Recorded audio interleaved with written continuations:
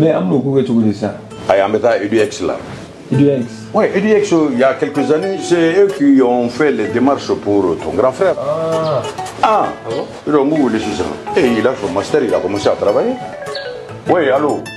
EduX, c'est une équipe expérimentée qui assiste vos étudiants dans l'admission universitaire, la demande de visa, l'accueil et l'installation et assiste vos étudiants jusqu'à l'obtention de leur diplôme. Choisir EduX, c'est s'ouvrir les portes des meilleures universités au Canada et aux États-Unis. Appelez dès maintenant le 76 54 18 57 et permettez à votre enfant de réaliser son projet d'études. Doutri, ni wal dafara est passé Dakar. Kasrad nama. Sungalo e kungolo ati dugu wari ko diba fo dugu andugu dum warata de o ko ni kuma tala sa e kasama moneto yi i yere ta sita sidi kan numéro flani warici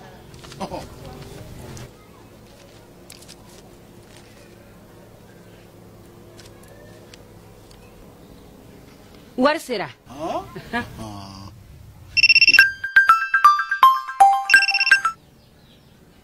Allô?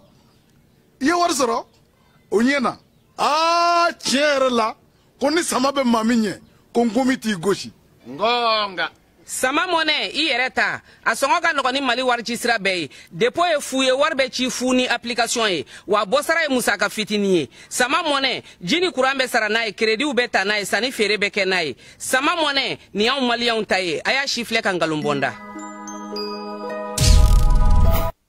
ESKJ, École de santé Kaladiata, Ana Bolofara Chama, Institut de sciences médicales Gore, ISM Go. Limanau, Doctorate Jamonyese, bien turco la demande la koi, Fieu, Fuacastro, Ie Bana Yene Cardon, Cardona Cari, Meme Gasabe Gasaka Dangarika, Adamareka Yenamayala, ou Kalaka Mo Faricolola, ou Eratin, Fieu, Fuacastro, Ie la Colson Yuma Segere, a Flair Okoro, École de santé Kaladiata, Na Bolofara Chama, Institut de sciences médicales Gore, on veut pas m'avoir Kalabankura. 20 000 santé barrage Maïsa, Nimbala de Rebeke, École de santé Na Bolofara Chamala, École de santé Kaladiata, on a flecké en bolo jiguier. Formation de qualité, doctorat Siraka, même si Galo Kafo, au cas de Mission Gafoutna Yelenye, au plat de Lebekala, ni Lagolso Dagabana Nuna, ou Gopolofaro de Flani, cycle niveau DEF, technicien de santé publique, infirmière obstétricienne, technicien de laboratoire, deuxième cycle, noyé niveau baguier,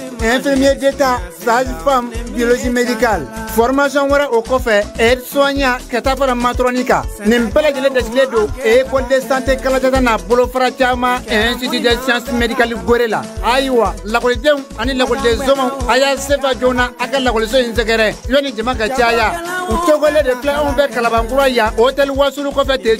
Waligele Negaduru Bamba, 76 45 85 40, non média 20 80 22 20. Kalan kalan, kalan ye siniya siniye. An ka ɲɔgɔn dɛmɛ ka binŋɛnikɛlaw ni maafalaw ni walijugu tigilamaw kɛlɛ. A y'anw dɛmɛ an k'aw dɛmɛ ka binŋɛnikɛlaw ni maafalaw ni walijugu tigilamaw kɛlɛ. N'a ye kunnafoni sɔrɔ binŋɛnikɛlaw ni maafalaw ni walijugu tigilamaw kan, a ye nɛgɛjuru ci dɛmɛso la. Nɛgɛjuru sira fɛ wari tɛ sara min na. 80 fu ni fu 11 20 walima 80 fu ni fu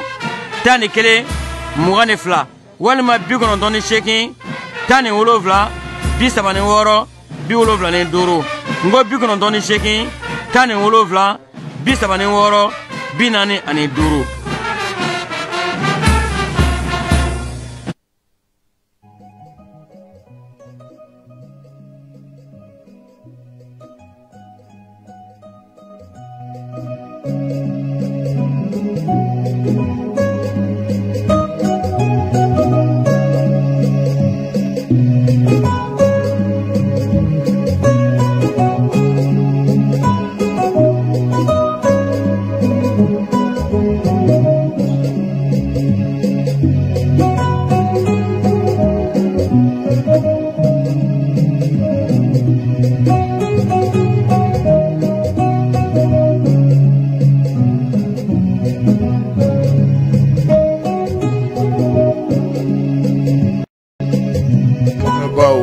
ani an filɛba cɛ ana muso denmisɛn ani mabakɔrɔ minnu sɔgɔlen no ana Mali kɔnɔ Mali kɔ kan k'aw bɛɛ lajɛlen fo k'aw waleɲuman dɔn. Arabi Saouditikaw an b'u fana fo, u fana ye groupe dɔ bila sen kan mun bɛ se k'a lamɛn. N ye États-Unis malien minnu bɛ yen k'olu fana fo, Fransikaw fɛ Belgique, Australie, Océanie ka taa se dugu in tɔgɔ ye di min bɛ diɲɛ dan na ye. Ja malien bɛ ninnu bɛɛ lajɛlen na. An b'u bɛɛ fo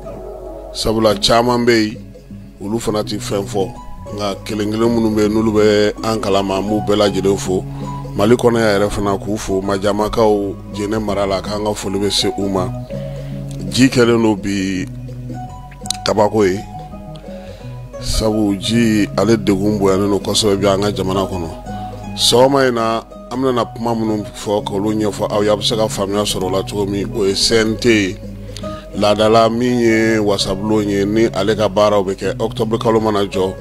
a bɛ fɔ ko musakaw o session o de dayɛlɛlen ye n'o ye session budgétaire bi lazara waati do. Sanuko Mali ale ye sanubɔla minnu b'an ka jamana kɔnɔ yan fɔnkɔɲɔgɔnkɔ min kun tɛmɛn'u ni ɲɔgɔn cɛ n'u tun y'u ban ka musaka sara Mali ye u ka maaw minɛ hakilila bɛnkan kɛra ko la u na musakaw sara. Yusuf Daba Jawara n'ale minɛna kabini juillet kalo a yirala k'a fɔ ko kalo 2 kaso kɔni dira a ma a bɛ se ka taa so avec sursis. An ka samata sɛgɛw olu kan ka balontan 2 minnu kɛ u ni Guinée Bissau taa ni segi Keba Jalo ale bɛna lisiko in fɔ an ye lisiko in kuma cayalen do. Wolomasiri tabaw ka wulikajɔ hukumu kɔnɔna na sa baara minnu bɛ sen na olu kɔni bɛ ka kɛ sewa ale ni nisɔndiya kɔnɔna na Mali fantan ani 4 bɛɛ lajɛlen fɛ hali n'o y'a sɔrɔ nin waati in na bɛɛ lajɛlen tɛ se ka se ka sago sɔrɔ sabula lakana dafalen tɛ fan si fɛ nka cɛsiri minnu bɛ sen na an na an da don olu la o hukumu de kɔnɔna na sa kitakaw kɔni y'u bolo fa k'a to dɛ sefa wari $15,000 kita nana o di Wolomasiri tabaw ma o video b'an bolo. Kita 24 ale ye baara min k'o la an na o jaw yira aw la gouverneur ale ka yamaruya kɔnɔna na n'o ye an yɛrɛ terikɛ Dawuda Mayiga ye. N'an bɔra kita kɔkan kibaruyaw b'an nata Israelikaw fɛ yen bi min ye Tinisikaw olu ka jamanakuntigi kura k'o sigira ale ni tɔ min mana sɔrɔ ka far'o kan sa an na olu bɛɛ nɛgɛmaw ka olu di aw ma. Amara Nuhu Keyita ale bolo bɛ minɛnw na bi Keba Jalo ale fana bi yan yaasa ka se ka farikolo ɲɛnajɛ kibaruyaw di ani kibaruya wɛrɛ minnu sɔrɔla ani ja minnu taara Sibikaw fɛ yen an na tila ka dɔ da o fana ji la o fana sɛnɛ kan sɔɔni sisan an bɛ nin bɛɛ lajɛlen walawala aw ye.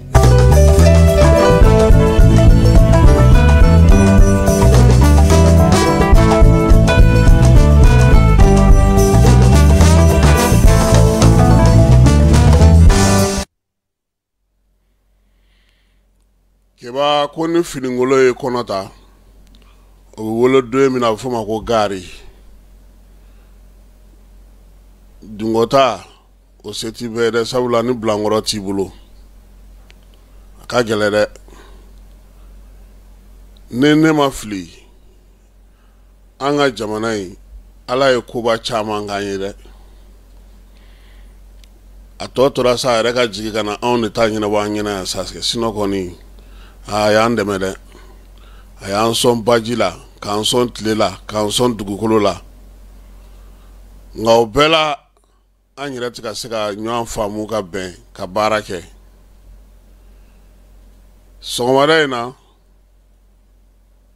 an bɛna kuma an yɛrɛ kan anw jamanadenw n'i y'a mɛn yɔrɔ o yɔrɔ ko ɲɛmaa tilennen kɔmaw de tilennen don an caman bɛ yen an tilelen ye wɔlɔsɔ ye dɛ wa an ka jugu ɲɔgɔn ma cogo min tiɲɛna kuma la f'i yɛrɛ ɲininka ko est-ce que maliyɛn don kuma in na kisɛma ye min ye bi sɔgɔmada in na o ye ko an ye silamɛ jamana ye u yɛrɛ ko 100 sarada la ko fo 90 an kana lase 90 ma an ka da 75 la dɔrɔn kerecɛnw bɛ yan diinɛ taabolo wɛrɛw bɛ yen minnu ko k'u t'a si la olu fana bɛ yen an ko an bɛɛ lajɛlen bɛ sigi la yaasa an ka se ka lafiya nka jama fanba ani ko fanba bɛ maa minnu bolo an ka jamana kɔnɔ n'i ma fili ni min tɛ silamɛ ye o bɛ bɔ silamɛ du kɔnɔ Ngao jamana kelen de konna na dine mi ngo kwa a nyamaya tuye Karim Dumbia ya alama hinana la ORTM na ay téléphone di ko ka di radio so ni journal so bema hakilla ni ma fli be fla de soro radio so ni télé so fa ni fa kumba wakati alpha ka mo ko téléphone fla da bema ne garsika bena kile duta kelema to kele ndo be baksi bulu parce que ne kunga ngata segu ani moti ni kai directive ne kumbe directive fanake donc amal fa fola kan hugumu konnana ngaw kan kele na uko ko pour que sega jamana deme kan 2002 ha ko pour que sega jamana deme ko ka do fara fon songoka ne miri tora mina o boisson bramali boisson bara me fere jolia hein muga ani duru buteli jani muga ani duru nga debi alfa ko ka kan deme ko ka drome duru faroga ka olana bisabala non seulement baramali ma to bisabala tugune unna na fo bina ni biduru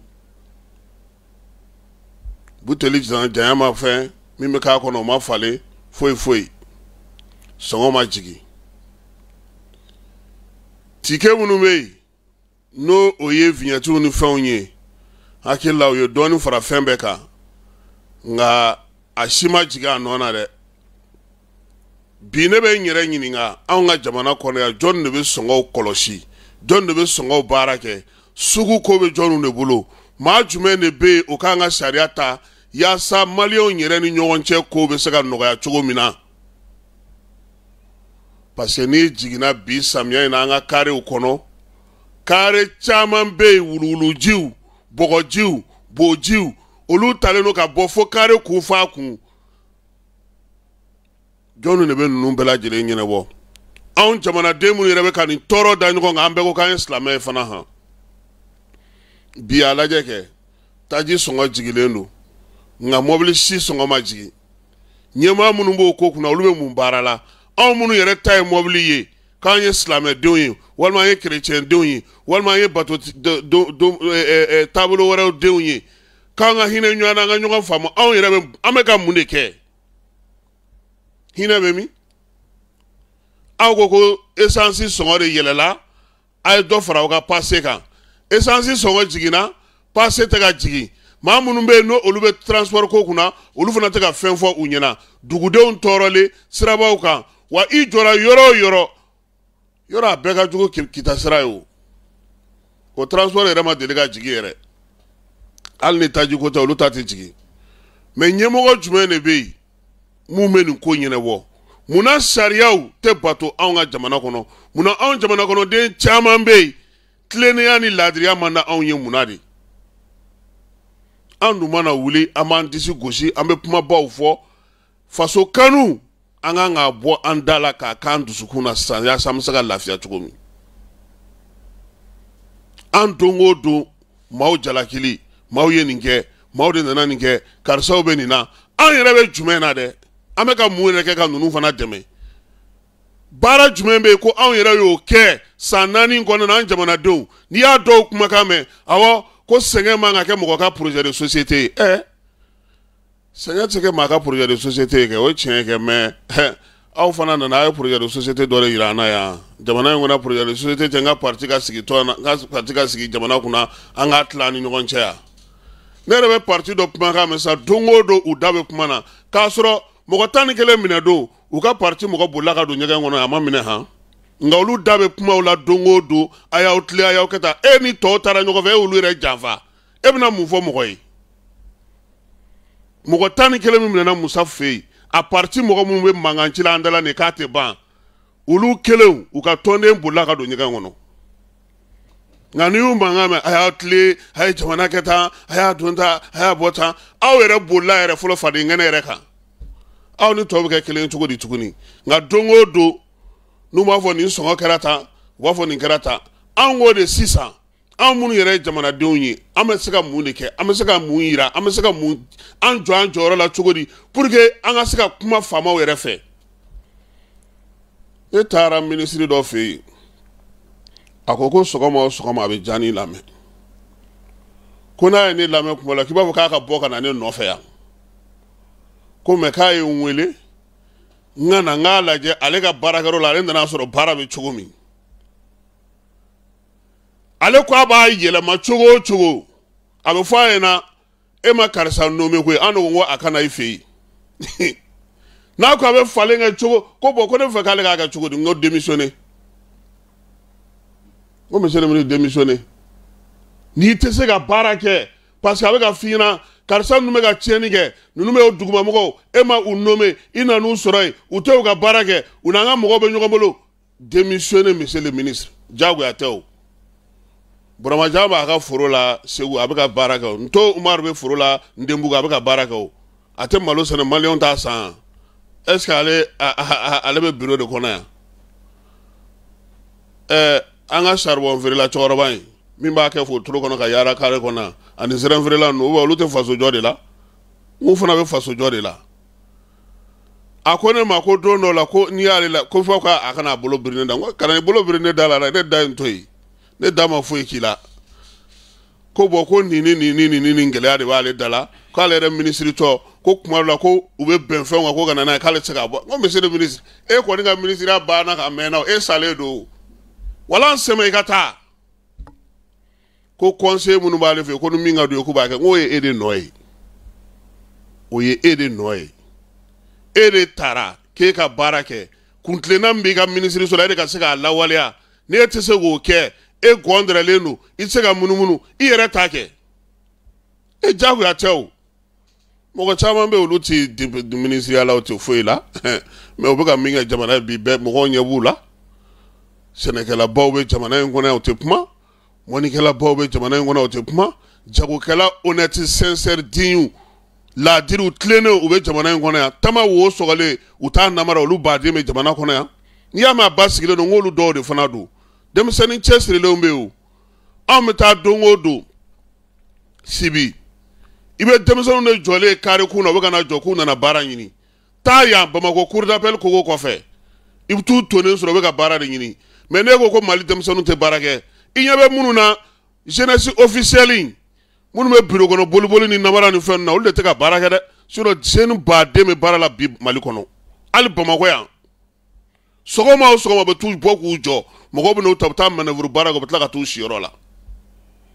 donc n'i bɛ fɛnw ni mɔgɔw bɛ fɛn o fɛn k'u jateminɛ e ye garisigɛ sɔrɔ i kalanna i bɛ ka kalan kɛ gouvernement yɛrɛ ka compte la fɛnw b'i bolo e jɔyɔrɔnin sɔrɔ ko parti b'e bolo e ko jeunes tɛ foyi la n ka cɛ e ta in ka nɔgɔn sa dɛ minnu bɛ dabakala la n'olu ye nin mɛn e da a tɛ bɛn dɛ an kɔni ka jeunesse dɔ bɛ yen catégorie dɔ bɛ yen jeunesse minnu ta ye meeting organisé mɔgɔba kunbɛn ye mɔgɔw ka fɛnw ye maa ti jigida olu kan dɛ parce que olu bɛ mɔgɔ bolo baara de la u tɛ se ka foyi kɛ u yɛrɛ ye u bɛ fini falen su ani tile o jeunesse ne kan t'o ma o ye jeunesse dilanlen ye politikimaw bolo u ka bamanan marafaw don n'u wulila olu bɛ kuma u b'i neni u b'i dɔgɔya u bɛ fɛn bɛɛ f'i ma u bɛ tila ka t'u da ka sunɔgɔ dugu bɛ jɛ téléphone saba b'u bolo patron bɛ weleli kɛ min na anw fantanw bɛ weleli kɛ min na n'u ka dugulamɔgɔw bɛ weleli kɛ min na n'an b'i ladon minisiri kan n ba nin kɛ tan a caman bi ne ye b'a dɔw yɛrɛ la ne yɛrɛ tɛ se ka hali ɲɛ tɛ se ka jɔ o la yɛrɛ k'a sɔrɔ u b'a f'i ɲɛna n kalannen n ye nin kɛ nka e k'a baara kelen d'a ma bani keba jeune min ko dɔgɔtɔrɔ don ka n'i da kɔrɔ dɛ n'a ye biɲɛ turu la i bɛ sa dɛ kan'a kɛ dɛ minnu bɛ boli la jɔyɔrɔnin na ala ka n'i ci dɛ u ka n'i opérer dɛ taa maa ɲɛnama ɲini Mali dɔgɔtɔrɔso la hôpital di Mali ninnu ni Sikaso ni fɛnw mɔgɔ ɲɛnamaw caman bɛ yen minnu bɛ baara kɛ dɔgɔtɔrɔso la honnêtement walayi mais anw sigilen don k'anw bɛ yɛrɛ ɲini na an b'a la ko ɲɛmaaw don o don bɛɛ ka marifa sɔnsɔn ka ɲɛsin gouvernement ma don o don nka anw yɛrɛ dun an bɛ ka mun de kɛ san 4 in kɔnɔna na jamanadenw sera ka mun yɛrɛ ɲɛ k'a fɔ ko a filɛ nin ye gouvernement an ye nin kɛ kɛba ne bɛ se ka damadɔ fɔ a la maliyɛnw sɔnna ka muɲu san 3 de ye nin ye han an bɛ kurantigɛ in na Mali fan bɛɛ han san 3 ni mɔgɔ min t'a kalama maliyɛnw y'o muɲu kɛ k'o sabali kɛ maliyɛnw sɔnna u ka nafolo ka taga don sɔrɔdasiw la hali ni tɔw bɛ magɛn kɛ maliyɛnw bɛ ka degun muɲu maliyɛnw bɛ ka digun kun maliyɛnw bɛ ka fɛn caman kun goudron t'an bolo ji t'an bolo yelen t'an bolo o bɛɛ lajɛlen an bɛ k'o muɲu ama nyini famo fo funa ka finyebo dake maw yo srawla anga dugu chama bebi album ko konare la dinga kono tagama yere ga usani anga gisoro no tali nyema ku jo o yorola mugo sona ka muyunu fonge nga an yere a na mo hine nyo na mi nyo anfade malote ni ebi kuna singo nyenyi ni ngalike pananga bugo sugula ya ukoma ko wa duru ni kebe wolowla no fe so wala na nyenyi ni ngalike a ko trawo ko kebe doro ne ba je sisa wa woro la ngafo wa woro mo munun to sa telephone sababu bulo jakarta bulo de be bara yini na dongo do nga jiep mabe bu date barada ni ndala utsega foshi yo yire uldo ko nga jamana kalfa ulula ni a kalfa ulula we wolomi na yire bo don abawo sebekela ka nyini ti dokera manga nchila nunu vraiment we doke we seke koy we set you meeting yo ke we misri seri chama boulevard la onyena wara 600 ay sebekela nyini faso deu awere ke koma nyene mai nyema afana ka hakrito jamana deuna uye munyu minge ni sanda ni konana anyogona famana ka ke jamana nyemo yi ango fana fode malio nga sabali ka munyu ka somo yi anyogona famana ka kede ministrie koke sene ministrie iye munye senegola kalo kono tle kono sangono koke bagamara law ka ministrie bagamara law be dabulo jumena bara kanga yini ani bara dege kanga yini ngari demsonu ma okobe chugo di ebulu ekolo ministry ro kori ati amara terike abise tu abukana da ngaka boka ta ekolo so la jabato ni ekolo da tukura ma ta ekolo so la je odongo tele la re ko fisa ko datugulu nyena ko ba to kalib na rentrée préparer ga ngodo ep me ka anche katange ba fale ka sake c'est ngara problème abini ngana kay ko ministre de l'énergie fana lay du ta en état do akubna ka chugomi ni dama apmana ube mo ko black wele ka pma o chaya amadore yini wa ngo yele ni o ti ko gele yo akoko sanangoroba kalo nani ko nyebi sura ala ne ma fo ne ma do ada are de da fo o bi ministry so ko nana ni ko tika sega nyene ba uta on no ede o kon ta on no yi ala ko che ulde apma fo ulde ko ba ke na ma sega ke jamana don fana nyebula don so mare na me kan fo an yere malion anga do laje an rega sigula nyogon fe obsega noga chugomi tiero munyun chaman kera ni wati labaina tiero ma nyene ma chaman be munu be bara la faso kono bara ke ro ba chaman na mogotlenu be anto fana dugo o e tiere munu mbuga tiere al ni directeur te fe ku yu nyena re nyongero la ku ka mise olu chaman fana be olu fana te foish la bara gero la bara jigini eri drone bulu intéressé sinon bara kero bara maga foite se uluma olufan be amara que c'est tara mali fonction publique bara kero na folo bon amana nanga kibara ya towi amara ebi bulu yelama ka foko songware na kado o malien munu be ma chama fote wali yake utado ha voilà la saison des patriotes là patriotes entre guillemets hein. Sinon Mali avena jare mateke benyana nga chega kumaru comme ebe dairi me yini la ijija ikana ke do dairi me dron yana ko ka ba ni manye kibe dairi me yini yakli tu yere la yere kana ta ke do dairi me alaka hakli mandama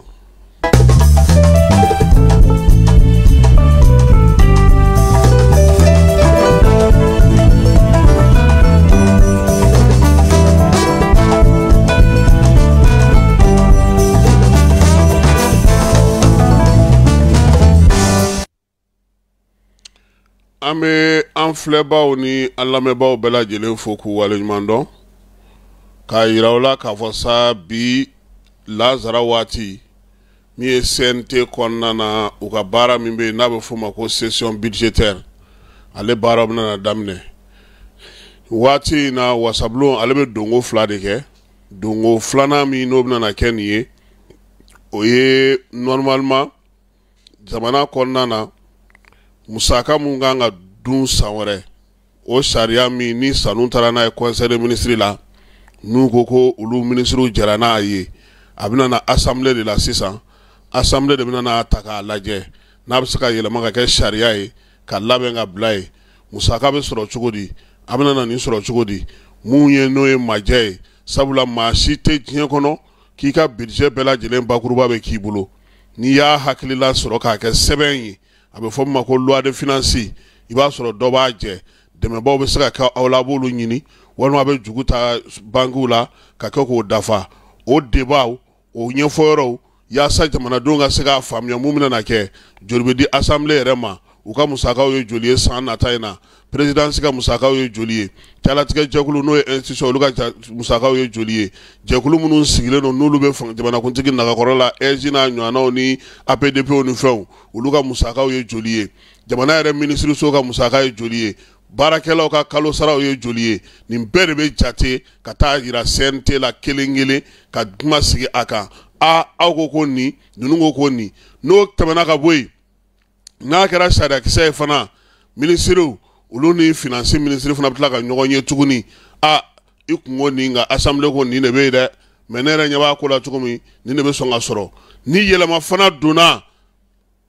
loi in na segi bɛ kɛ n'a ye ka na n'u bɛ fɛ ka sanni dɔ kɛ u bɛ ka fɛn dɔ kɛ min ma fɔ a kɔnɔna na sariya de don a tɛ falen ko sanu kelen b'i sigi k'a falen dɛ a bɛ sigi ka na n'a ye assemblée la de ka na ɲɛfu ɲɛna tuguni an ko an bɛna nin kɛ nka an ye nin musaka in sɔrɔ o kan ka don loi de finance kɔnɔ walima nin tɛ an bolo an tɛna na se ka nin sɔrɔ o bɛ kɛ u b'a fɔ ma ko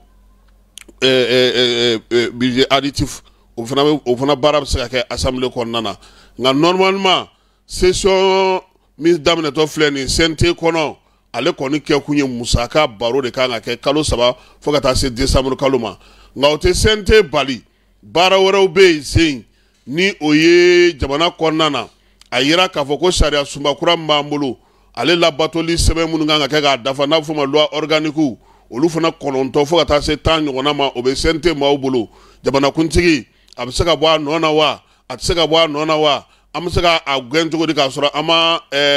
M5 RFP kura kɛ k'o ɲɛfɔ min ye wasabulon maaw yɛrɛ ye olu yɛrɛ ka tacogo u hakɛw an ka marabolo minnu sigilen filɛ sen kan nin ye arrondissement cercle région olu députés bɛ ta cogo di o bɛɛ lajɛlen sɛbɛnw bɛ u bolo musaka joli bɛ di u ma min ye calatigɛ jɛkulu minnu fana bɛ olu fana ka ko bɛna na kɛ cogo di CNT ni assemblée nationale ni Sénat o mɔgɔw bɛ sugandi cogo di nin sariya misɛn ninnu bɛɛ lajɛlen o de b'u bolo a bɛ fɔ de ma ko loi organique jɛkulu minnu bɛ yen n'olu bɛ dunko juguya ni yuruguyurugu kɛlɛ k'an ka jamana kɔnɔ min ye o clé ye contentieux de l'État ka taa fara bureau de vérificateur kan CASCA n'a ɲɔgɔnnaw olu bɛna na se ka baara kɛ cogo di ɲɔgɔn fɛ yalama a bɛ kɛ jɛkulu kelen wa ou bien bɛɛ bɛ to i kelen kelen na nin sɛbɛn ninnu bɛɛ de bɛ yen amara baara kan ka kɛ nin bɛɛ ka kalo 3 in kɔnɔna na min ye écoutes ye olu bɛ kɛ mɔgɔw bɛ wele k'u ɲininka aw ka nin sɛbɛn ma anw fɛ yan an b'a fɛ ka nin kɛ tan donc session min daminɛtɔ filɛ nin ye zen ta in a nafa ka bon an y'a mɛn fana ko premier ministre ni waati ye labɔli kɛ a fana kan ka wele k'a ɲininka monsieur le premier ministre baara mun b'e bolo a ko bɛ cogo di dɛ i ye mun ɲɛ a ko la mun sera ka ɲɛ majɛ jumɛnw bɛ yen ou bien a da ye Sadio ka yɔrɔ ɲumanya in dɔrɔn de ye wa ou bien ɲumanya wɛrɛ bɛ yen fisɔ député ka baara ye o de ye o e de ko ko i bɛ fɛ ka Mali yɛlɛma k'a kɛ refondation ye refondation ko bɛ cogo di 10.17 mesures a bɛ cogo di premier ministre bɛ ɲininka de dɛ ni waati ye labɔli kɛ kalo 3 in kɔnɔna na u na se ka o fana kɛ bi Lazara waati CNT la Burkinakaw ka Ousmane Buguma n'o olu ka furancɛla wasabulon ɲɛmaa ye ale bi yan min ye Niger ka ministre min b'u ka jamana ni jamana cɛ sira ɲɛnabɔ kunna o fana bi yan yaasa ka se ka na nin baara dayɛlɛ in kɛ min ye kunungo Buguma ale bɔra Wagadugu ka na u ka pankuru kurakurani anga Burkina kurani ngoni ale nana ola kana bara nuna ana no fe ma chama akumbera Malik Jaw fe donc bi sogomada na sente la lazara wati na la sonama babu yona na fama ro minye oye ka fo kuma kelen pedro ne be a ouverture la kuma kelen min be oye présent no e Malik Jaw ye ale be kumata Mali kono diɲɛ kono koba munun kɛra abe ulu lakali Malik Jaw bi dado ala fana session in kono na buna bara ni bara munun kɛ ma munun mina na wele sɛbɛ munun b'u bolo ani baraba munun kan ka bolo da Mali yɛrɛ ka filɛlaw ye jumɛn ye diɲɛ kono gɛlɛya la fɛrɛ jumɛn b'an bolo nin bɛɛ lajɛlen de bɛ kɛ ale kelen pe dɔrɔn de ka discours be min ye premier ministre ye o kan ka ye kɛnɛ kan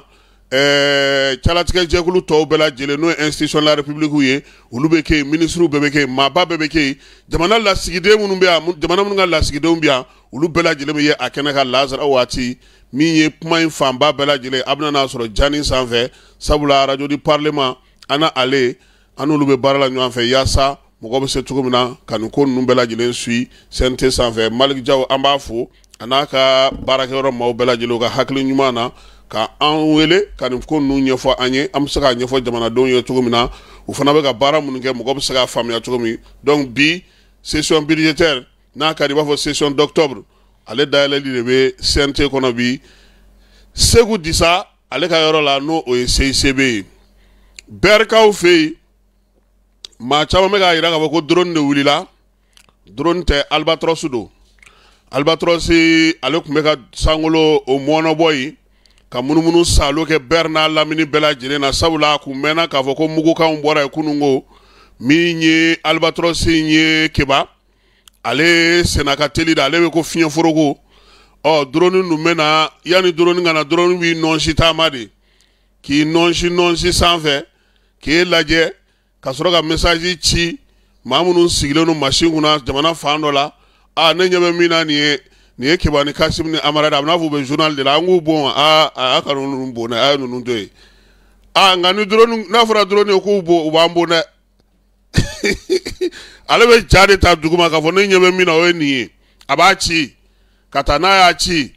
u b'a lajɛ u b'a sɛgɛsɛgɛ u b'a fɔ ko bon k'a ka taa munumunu ka na tuguni ko pour que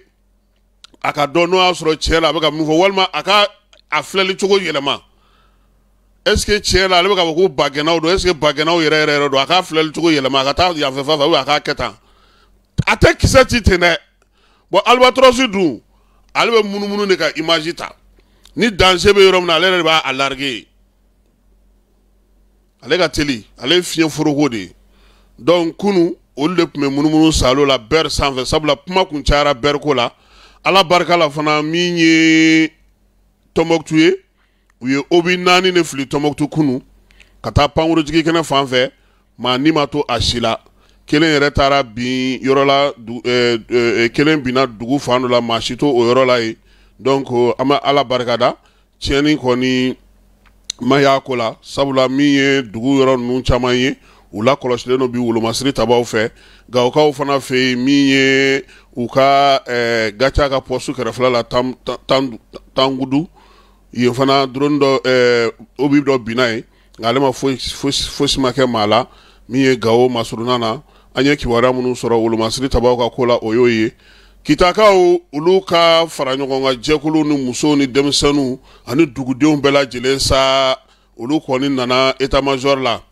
min ye délégation ba in fila in ye u nana sa ka na yira k'a fɔ ko wolomasiri tabaw k'u bɛna u dɛmɛ u b'u dɛmɛ ni mun ye CFA wari 15,000,000 sisan Amaramite fan fɛ o baara kɛra cogo min k'o jaw lajɛ hakilina ta b'a ye Kitaka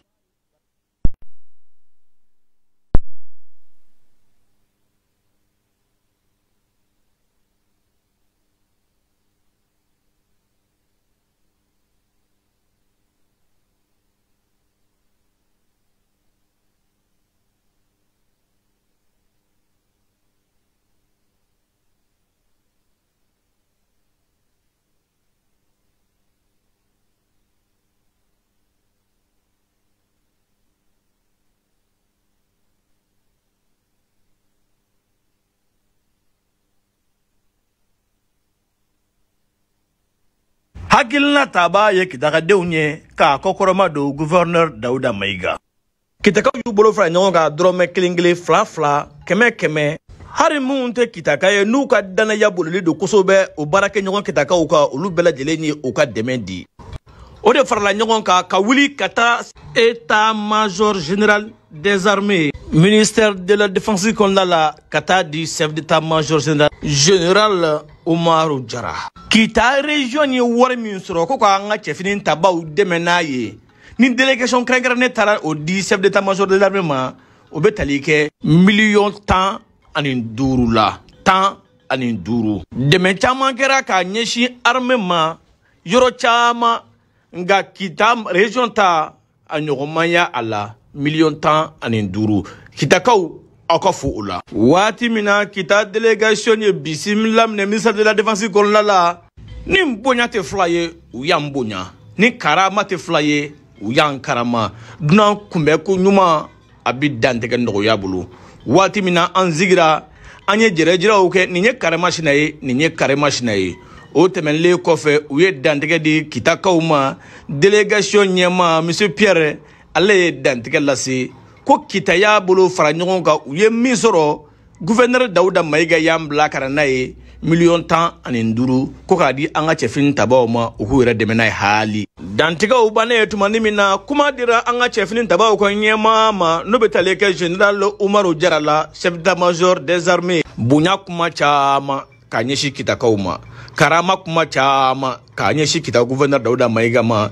u ka cɛsiri n'u ka wulikajɔ la kita ɲɛ t'a la. Aw b'a la ka fɛn fɛn kɛ kitakaw an b'a bɛɛ lajɛlen kalama an ɲɛ jɔlen don a bɛɛ lajɛlen la. Aw ka nin baara in bɛ se ka bara mɔgɔ la nka a tɛ se ka bara ne la. Sabula kabini bi tɛ an ye aw ka cɛsiri ye. Aw ka cɛkɔrɔba yɛrɛ n'o bɛ tali kɛ général Anatole Sangare la a tɛ se ka don ɲɛ abada k'a sɔrɔ an ma bonyamasegin ta k'a ɲɛsin a ma. A ka baara ɲuman faso ye a ka cɛsiri a ka kita kanu a ka wulikajɔ an b'o bonya kɛ k'a ɲɛsin a ma. Olu bɛɛ lajɛlen tɛmɛnen an y'a kuncɛ ni duwawu ye. O y'a sɔrɔ kitakaw talen nafolo di la $15,000 laɲini belebeleba caman tun bɛ kitakaw fɛ k'o ɲɛfɔ an ka cɛfini tabaw ka ɲɛmaa ye. Chef d'état-major général des armées général Umaru Jara. O laɲini belebelebaw ɲɛfɔra monsieur Pierre ale fɛ général ye. A ko maga an ka tɛrɛ ne maga Konate ye. Aw ka laɲiniw bɛɛ lajɛlen ka ɲi. Kelen yɛrɛ b'a la an yɛrɛ tun y'o baara daminɛ k'a sɔrɔ aw m'o fɔ an ye. Nka an b'a jigiya kuma ninnu bɛ s'a seyɔrɔ la min kan ka kɛ fɛnɛ o bɛ kɛ joona joona. Général ma dogo an na dɛ. Dɛmɛ fɛnɛ bɛ ka taa k'a ɲɛsin armée ma a bɛ kɛ min ye a bɛ taa yɔrɔ min a y'o bɛɛ lajɛlen ɲɛfɔ an ye an n'a ka ɲɔgɔn ye kɔnɔna la. Kitakaw ye $10,000 ani 5 de di an ka cɛfini tabaw ma u ka cɛsiri don u ka wulikajɔ kɔnɔ la yɛrɛ dɛmɛ yɛrɛ hokumu kɔnɔna la. Kita 24 kitakaw bɔra ka mun kɛ sama bala ne la parce que kabini a fɔra don min na ko guerre wulila kitakaw wulila k'i jɔ kabini o kuma ka ɲɔgɔn dalajɛ kɛ kita réunion kɛra yɔrɔ bɛɛ o de labanna fosi cogo nana kɛ nin ye tan o kun forila bi délégation de société civile kana ni chef d'état-major général des armées yɛrɛ ka kuma o y'an kunbɛn ni wasa yɛrɛ de a kɛra bonya dan bɛɛ ka situation bɛɛ ɲɛfɔ fɛn fɛn bɛ a ko la a y'a bɛɛ fɔ bon jigiya mun fana b'a la n'o ye jama ye population ye a y'o fana fɔ k'o d'a kan u jigi bɛ anw de kan anw ye population ye an k'u dɛmɛ an dun k'u dɛmɛ dɛ ne kɔni b'o fɔ k'a o gɛlɛya parce que u bɛ ka ko don ɲɔgɔn na population dɔrɔn de bɛ se k'a ɲɛnabɔ. Ne y'o de fɔ hali n talen kita siɲɛ laban na n y'o de fɔ n'i y'a ye bi mɔgɔw bɛ don dugu kɔnɔ parce que denmisɛnw ma organiser ni jeunes organisera fa tɛ don terroriste la k'a bɛ don halisa u bɛ don yɔrɔ sɔrɔ parce que denmisɛnninw bannen bɛ k'i organiser ne ka weleli b'o de kan fɔlɔ cɛmisɛnnin kɛlɛman bɛ yɔrɔ kebalentɔn bɛ yɔrɔ o yɔrɔ mɔgɔ tɛ bɔ yɔrɔ wɛrɛ k'i bɛna don yen i bɛ don nka i tɛ bɔ. $15,000 nin ka kɛ ɲɔgɔn kan kita bɛɛ de y'a kɛ. Bon, kelen tɛ dɛ tout le monde dɔw ye 20 di dɔw ye million di dɔw ye 10,000 yɛrɛ di donc ɲɛ bɛ $15,000 min na ni kita ka bɛɛ de ka effort don kita région bɛɛ de ka effort don est-ce qu'il y a faamu voilà a ko kɔni k'u nana société civile ma mais mɔgɔw sɔrɔla kɛrɛfɛ minnu nana fɔlɔ ka daminɛ gouverneur la ka na se Kulubali la ka ɲɛfɔli k'an ye an hakili k'a minɛ donc hakili y'a minɛ a kɛra ko ye min nɔgɔyara n bolo quoi. Kitakaw ye dɛmɛ mun ɲini ko ka sɔrɔsi kulu dɔ sigi Sorebugu la mun bi janto wulakɔnɔla la n'o bɔra ye Sebekɔrɔ sɔrɔsi dɔw bɛ yen nka ka dɔ fara o gurupu kan o bɛ jugu ye ani fana ka patrouille kɛ sɔrɔsiw ka yala wulakɔnɔlaw la Bawulo kɔnɔ ani Karata kɔnɔ laɲini dɔ yɛrɛ ye mun ye k'i yala wulakɔnɔla la commune de Kɔtuba Madina Kournikoto Sefeto Tukoto nin kalo in la ka to ka yala wulakɔnɔla la o bɛ diya u ye kosɛbɛ n'o bɔra ye u ye sirako fɔ an bɛ sira de dilanli nɔfɛ ka bɔ Kita ka na Kati o sira kɔni n'u sera k'o dilan o bɛ diya ye kosɛbɛ an y'o laɲini de ɲini voilà Kati o sira kɔni n'u sera k'o dilan o bɛ diya ye kosɛbɛ an y'o laɲini de ɲini voilà n bɛ foli kɛ bɛɛ lajɛlen ye an nana état major la yan ka ɲɛmɔgɔ y'an reçoit ka ɲɛ a ye kunnafoni bɛɛ lajɛlen d'an ma o bɛ fɛn o fɛn baara fɛn o fɛn na o y'a bɛɛ d'an jɛlen fɔ o ye nisɔndiyaba ye wari in tɛ dɛ adamadenya de don bonya ani karama ani kunbɛli ko ɲuman n'o tɛ an dontɔ yan nɔ an bɛɛ tun sirannen don koyi an kamana gannen don parce que mɔgɔ tɛ don yan ne bɛ kuma Kita muso kafo dɔrɔn tɛ dɛ Kita muso bɛɛ dɛ fɛn o fɛn n'i ye jara de i ye dɔrɔmɛ kelen de fasoko de don an denw de don an mɔdenw de don an dɔgɔninw de don u bɛ cɛsiri ni baara min u bɛ si ɲɛna min u b'a la anw de ye ka anw na ka na ka si ɲɛna ka tile ɲɛna u bɛ mugu ni kisɛ la an bɛ dugawu kɛ minnu tora la Ala ka badabada nɔgɔya ye. Bon an bɛ bɛɛ lajɛlen fo an bɛ foli di fɔlɔ gouverneur Ansew Kulubali an'an faama Anatɔni Sangare an b'a fo kosɛbɛ ani délégation vraiment bi ne nisɔndiyara parce que an nana chef d'état major fɛ yen a ma foyi dɔgɔna a yɛrɛ content a bɔra k'an reçoit ka ɲɛ a fana k'an bilasira fɛn fɛn bɛ yen a y'a bɛɛ lajɛlen fɔ an ye jɛlenya la k'a fɔ bi an denmisɛnninw fana nisɔndiya ko don depuis u nana recrutement min kɛra a da donna a caman na bɛɛ b'a dɔn sisan san o san recrutement bɛ kɛ yɛlɛma caman kɛra ko fɛn bɛɛ jɛlen tɛ mais u kɔni b'u seko kɛ pour que u bɛ se ka Mali denmisɛnnin caman ta cogo min recrutement na o de diyara anw ye kosɛbɛ parce que anw denmisɛnninw ka laɲini ye denmisɛnninw ka don baara la vraiment ne bɛ mun ɲini denmisɛnninw fɛ san bɛ tɛ ka tɔ to ko min ye anw denmisɛnninw de siniɲɛsigiw ye an ka jɛ an k'an tɛgɛ di ɲɔgɔn ma an k'an ka finitigilakaw an ka soutenir su fara tile kan numéro vert bɛ fan bɛɛ n'i ye seganamɔgɔ ye i ma da mun na i fa tɔgɔ tɛ fɔ i ba tɔgɔ tɛ fɔ weleli kɛ k'a fɔ mɔgɔw ye aw ɲɛ bɛ seganamɔgɔ dɔw la n'o kɛra a ka ca Ala fɛ binganni dɔ bɛ kɛ dugu dɔ kan n'an ye information di joona a ka tira ko Mali denmisɛnnin bɛɛ suera a b'o lancer kelen de kan n'i nana servida caman na bi i b'a ye denmisɛnnin de ka ca la bi o fana y'an jeunesse ka fierté ye. Kitakaw ka fɔ kuma kɛra ninnu de ye an dalen ni 15 ye Kita to a la ka taa di chef d'état-major général des armées général Umaru Jara ni maa y'i ci ni ko b'a cogo la i k'an ka segin ka na ci kɔma segin kɛ délégation bɔra Bamakɔ k'i ɲɛsin Kita gouverneur Dawuda Mayiga ale jabala la ka taa compte rendu ka a ye fitirimakɛ kuma la gouverneur Dawuda Mayiga ko aw y'an kunna wolo aw ye Kita kunna wolo n b'a dɔn kɔni k'a fɔ aw kunbɛnna cogo min na aw ye laɲini min na sabati a ka ca Ala fɛ a caman bɛ ɲɛnabɔ Kitakaw an k'an bolo di ɲɔgɔn ma sabula ka da ka mɔgɔ kelen tɛ se ko la nin tɛ kunbɔ nin tɛ kunbɔ n'i y'a fara ɲɔgɔn kan o de ye kunba kelen ye aw délégation foli belebeleba bɛ da aw ma koyi aw y'aw ka temps de bila ka taa Kita ka baara in kɛ Ala ka to Kita ka dɔn aw ye an bɛɛ lajɛlen hakilina ye min ye an bɛɛ lajɛlen miiriya ye min ye n'o ye Kita ɲɛtaa ni Kita bɔ nɔgɔrɔ ye Ala k'a sabati aw mana wuli su Kita ɲɛtaa ko la ne Dawuda Mayiga ba aw kɔ aw mana wuli Kita ɲɛtaa ko la ne Dawuda Mayiga ba aw ɲɛ sabula n sɔnna o de ma n jɛnna o de la ka na n sigi Kita o bɛ kɛ cogo o cogo o bɛ lasabati Ala ka Kita sankɔrɔta Ala ka Kita yiriwa an ka jɛ an k'an bolo di ɲɔgɔn ma ka don da kelen fɛ ni ka bɔ da kelen fɛ nin kɛra gouverneur ka kuma ye ka ɲɛsin délégation ma an nalen ye kuma min na ka na dantɛgɛ ka a ye Kita 24 ye min sɔrɔ o de ye nin ye Kitakaw taara 15 de di an ka cɛfini tabaw ma k'u k'u yɛrɛ dɛmɛ na a ye Kita tɔgɔ la Seku Kulubali n'a baarakɛɲɔgɔn ka foli bɛ ayiwa nin ye Kitakaw ka Bamakɔ n'a ye ka na ni musaka ye yaasa cogo min na sa ye wolomasiri tabaw ye olu bɛ se ka dɛmɛ cogo min ISC jamanaw tun bɛ lajɛ la an fɛ yan lajɛ min ni a kɛra nin kalo in tile 3 Bamakɔ kɔnɔna yan duguta sɛbɛnw ka se ka olu don bɛrɛ la yaasa min ye filɛla min ɲɛnama bɛ se ka sɔrɔ la cogo min baara kuncɛli la sa ministre b'an ka jamana kɔnɔna lakana ko kunna n'o ye général Dawudu Ali Mohamedi ni ale tun bɛ a kɛnɛ kan a y'a yira sa k'a fɔ k'u ka tile 2 baara ninnu kɔni y'a to sɛbɛn fɛn fɛn bɛ yen n'o ye duguta sɛbɛn ye k'a bɛɛ lajɛlen kɛ kelen ye ISC ale tɔgɔ la ko bɛna n'a to min ye ISC sɛbɛnw dugutalaw ka sɛbɛnw n'o ye passeport biométrique ye lakanalen ye ko o bɛna sigi sen kan ISC jamanaw la a ko k'u ka laɲiniw fana u ye laɲiniba minnu kɛ n'o ye k'a yira k'a fɔ ministre minnu bɛ a ko kunna olu 3 fana ka ɲɔgɔn ye k'o bɛna kɛ sɛbɛn ninnu yɛrɛ sa a bɛ daminɛ wolo sɛbɛn na u bɛɛ bɛna nin kɛ kelen ye ka taa fara sa sɛbɛn wɛrɛw kan min ye dugudenw bɛ se ka dɔn ni sɛbɛn minnu ye duguta sɛbɛnw ale ni baarakɛ sɛbɛn minnu bɛ yen ko olu bɛɛ lajɛlen bɛna dun ka kɛ kelen ye ISC jamanaw olu ni ɲɔgɔn cɛ ani voyage sɛbɛnw bɛɛ lajɛlen a y'a yira sa k'a bɛ min fara o kan sa o ye k'a fɔ ko min ye carte ninnu dilanni ye ale ni consulaw ni fɛnw kɔnɔna fana na k'o bɛna o lajɛ visa fana ka visa bɛɛ lajɛlen kɛ kelen ye k'u bɛna o fana visa ISC visa fana kɛ kelen ye yaasa a jamanaw 3 bɛɛ lajɛlen ka se ka baara kɛ maa ma fɔlen minnu ye nin baara ninnu kɛ sa u y'a yira k'a fɔ ko min ye jɛkulu kɛrɛnkɛrɛnnen kɔni sigira sen kan yaasa baara ninnu bɛ se ka ladiriya cogo min na min ye seni ISC n'o ye comité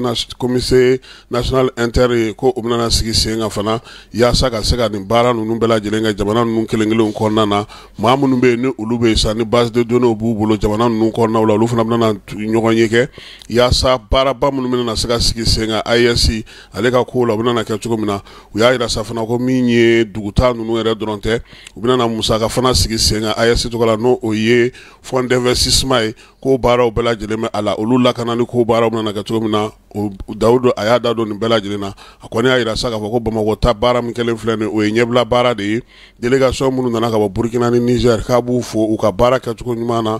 sabula u kun nakun kun ye min ye o ye ka se ka hakilina sɔrɔ min ye passeport biométrique ye sa ISC tɔgɔ la k'o kɔni de fɔlɔ bɛna sigi sen kan nka a bɛna sinsin min kan o ye wolosɛbɛnw ye wolosɛbɛn minnu fana bɛ bi na n'olu tɛ se ka falen cogoya si la jamana 3 in olu kɔnɔna na Bamako Garabal n'o ye Lafiyabugu kɔda Garabali ye ale kɔni wulila wulili hukumu kɔnɔna na sa an ye ja minnu sɔrɔ ye an ka jɛ ka olu filɛ. Samedi le 5 octobre 2024 a tun fɔra ko Garabaliw bɛɛ lajɛlen ka wuli ka bɔ yɔrɔ dɔw la yɔrɔ dɔw fɔra ko Garabaliw ka bɔ a yɔrɔw la an ye jateminɛ kɛ an ye kunnafoni sɔrɔ le 5 octobre 2024 sɔgɔmada joona fɛ an ye information min sɔrɔ an nana ye k'a ye Lafiyabugu Garabali min bɛ Lafiyabugu kɔda la an nana sɔrɔ Garabali kɔrɔmɔgɔ 90% bɛɛ lajɛlen u y'u ka baganw cɛ ka taga n'a ye nka Lafiyabugu Garabali min fɔra ko k'a wuli Garabali nin kan ka taa min Garabali nin a fɔra k'ale kan ka taga Kati a kan ka taa Kati Garabaliba min bɛ Kati n'u b'a fɔ ko cathédrale ale kan ka taga o yɔrɔ de la o kɔnɔna an ye jateminɛ kɛ k'a ye mɔgɔw bɛ yan minnu lafaamuyalen don minnu b'a kuma caya olu kɔni ma gɛlɛya olu y'u ka minɛnw cɛ direct la ka taga cathédrale la information min kɔni bɛ yen sisan sa k'a fɔ ko baara in gɛlɛman o banna ko décision min bɛ yen ni jamana ɲɛmɔgɔw y'a fɔ ko ka décision in ta i b'a sɔrɔ décision in laɲini caman bɛ bɔ jamanadenw de la bi nin yɔrɔ in kɔnɔna sisan nin wagati la minɛnw kɔni olu de fanba cɛra an bɛ se k'a fɔ minɛnw tɔ tora minɛn kolonw ye ko mɔgɔ o mɔgɔ bɛ yen ko n'a fɔlɔ don k'aw ka yɔrɔw ka wuli ko aw ka taga yɔrɔ la yɔrɔ min ni jamana y'a ɲini aw fɛ surtout n'i y'a jateminɛ k'a lajɛ cathédrale fɔlɔlama yɔrɔ in ma to ten dɛ u ye yɔrɔ in labɛn dɔɔni ka tɛmɛ kɔrɔlen kan k'a yira u bɛɛ lajɛlen na k'u ka t'u sigi o yɔrɔ ninnu na ka baganw feere ka d'a kan jatigɛwale tigilamɔgɔ dɔw de bɛ yen nɔ minnu tɛgɛ tara u y'a yira k'olu ka labɛn ninnu dɔw b'a sabati Garabali de kɔnɔ parce que bi Garabaliw kɔnɔna o kɛlen don problème ye a t'a la ka se ka maîtriser comme il faut parce que maaw kan ka na bagan feere Garabali kɔnɔ ka segin ka taa so mais o kɔnɔna la dɔw b'a feere ka tila ka yɛlɛma ye u bɛ maaw nasugu bɛɛ bisimila ye o kɔnɔna kɔnɔna an bɛ yɔrɔ min na an bɛ wagati min na sisan o de kun bɛ yen k'a ɲɛfɔ bɛɛ lajɛlen ye parce que minɛn dɔw filɛ nin ye n'i y'a bilalen i b'a dɔn san 1 san 2 san 3 san 4 minɛn dɔrɔn bilalen tɛ o de tun information bɛ yen k'a yira bɛɛ lajɛlen na ko Lafiyabugu Garabali baara in kɔni kun fɔlɔ daminɛla ye le 5 octobre 2024 olu ka kasa n'aw ɲɛ bɛ nin minɛn na nin minɛn ninnu ye baganw ka dumunikɛ minɛnw ye n'aw yɛrɛ ɲɛ bɛ nin yɔrɔ ninnu na nin yɔrɔ ninnu ye baganw bila yɔrɔw ye ka se k'u feere bi Lafiyabugu kɔda maaw u y'a faamu Lafiyabugu kɔda maaw y'a faamu olu ma kuma caya olu y'u ka minɛnw kɔni olu y'a bɛɛ lajɛlen cɛ olu y'u ka baganw bɛɛ lajɛlen cɛ an bɛ waati min na sisan an b'a fɔ ko Lafiyabugu kɔni kɔda la bi olu y'u ka baganw cɛ bagan kelen a tɛ Lafiyabugu kɔda la nin wagati le 5 octobre 2024 sɔgɔmada fɛ u nana sɔrɔ Mali faamaw Mali finitigilakaw u nana sɔrɔ maa caman bɛ yen minnu y'u ka baganw cɛ k'u ɲɛsin cathédrale ma yɔrɔ min dir'u ma cathédrale la u y'u ɲɛsin o ma nga an bɛ fɛ k'a fɔ maliyɛnw ye komi yɔrɔ kelen ma fɔ yɔrɔ fila ma fɔ yɔrɔ saba ma fɔ yɔrɔ tɔ minnu fɔlen don bɛɛ lajɛlen k'i yɛrɛ y'a la ka ninnu ladege ninnu kɔni ye min faamuya jamana b'u bonya. Lafiyabugu kɔda garabali ko k'a fɔ ko bɛɛ lajɛlen k'i ka bagan cɛ ale ni bagan dumuniw o baaraw kɔni an bɛ se k'a fɔ a gɛlɛman bɛɛ kɛra an balima dɔ filɛ bu caman de b'ale bolo a ka bu cɛli yɔrɔnin kelen a baara ma nɔgɔ jamana yɛrɛ de filɛ nin ye ka jamana yɛrɛ mobili yɛrɛ fɛnɛ ta k'a dɛmɛ ka se ka minɛnw cɛ wagati min fɔra minɛn bɛɛ lajɛlen ka cɛ o wagati kelen kɔnɔ. Ayiwa nin tun ye Lafiyabugu kɔda o garabali ale wulili baaraw kun ye nin ye an b'a yira la sa k'a fɔ ko min ye baara in ye a kɔni kɛ kun ye yaasa jamana bɛ se ka lakana cogo min i n'a fɔ jamana ɲɛmaaw yɛrɛ y'a laɲini cogo min na nin waati laban in na bamanciwale jugawale kɛbaaw ka kɛ n'olu ka wulikajɔw ye a yira k'a fɔ ko garabali ninnu kɔni ko u deguntan tɛ o hukumu kɔnɔna na sa min ye Lafiyabugu garabali ye n'o ye kɔda ye olu kɔni lawulila k'u ka taa dara ale fanfɛla la u y'a yira sa k'a fɔ ko baara in kɔni bɛna kɛ sa ni Lafiyabugu bɔra la garabali tɔ minnu bɛ yen n'olu fana sigilen don u bɛna sa bɛɛ lajɛlen ma kelen kelen nka min kɔni ka di u ye maaw ka kɔn ka wuli yaasa a ko bɛ se ka ɲɛdɔn cogo min a ko bɛ se ka kɛ cogo min na k'a sɔrɔ degun ma sɔrɔ a la ko o de kɔni ka fisa min ye ka taa u lawuli fanganinfin na i n'a fɔ min kɛra Lafiyabugu kɔda mɔgɔ tɔw la n'an bɔra yen sa an bɛna min ye sanuko la ye nka yanni an bɛna min ye sanuko la ye bɛɛ lajɛlen tun y'a mɛn k'a fɔ ko sanubɔyɔrɔ dɔ mɔgɔ 4 k'u minɛna k'u bila kaso la an ye ɲininkali minnu kɛ an sera ka mun sɔrɔ gouvernement mɔgɔw fan fɛ ale ni sanubɔla ninnu olu ni gouvernement tun bɛ ɲɔgɔn na o de ye nin ye o ye k'a yira k'a fɔ ko min ye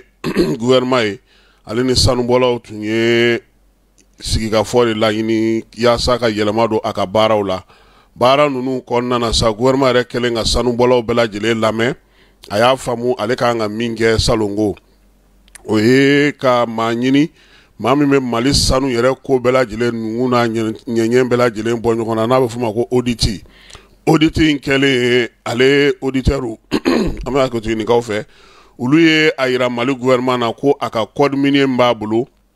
a ka segin a kan k'a dilan kura ye code minier in dilanlen kura ye min ye audit ye a y'a yira fana k'a fɔ k'u k'a ɲini sociétéw fɛ maa minnu bɛ yen n'olu bɛ sanu bɔ an ka jamana kɔnɔ yan u ka musakaw bɛ taa bila compte minnu na u k'u lasegin Mali kɔnɔ sanu fɛn fɛn bɛ feere Mali tɔgɔ la a wari bɛɛ lajɛlen ka segin Mali kɔnɔna na yaasa min ye hakɛ min bɛ bɔ o bɛ se ka dɔn cogo min o kɛlen sa Mali ye o audit in n'o ye sɛgɛsɛgɛli min kɛra an ka sanuko kan k'o bɛɛ lajɛlen kɛ sɛbɛn ye ka code minier kura bɔ maa minnu bɛ yen sa ni olu yɛrɛ ye sanubɔlabaw ye laɲini mun kɛlen don a bɛɛ lajɛlen fɔra u ye a yiral'u la sa k'a fɔ fana ko min ye u bɛ musaka min di ka taji san ko k'o taji sanni kɔ kan ko ka o bɔ a ma pewu a ka kɛ jamana yɛrɛ kɔnɔna na yan u y'a yira fana k'a fɔ ko min ye sɔngɔw sigicogow ye k'olu bɛɛ lajɛlen yɛlɛma yaasa Mali yɛrɛ bɛ se ka nafa sɔrɔ a la cogo min na gouvernement kelen ka nin laɲini ninnu kɛ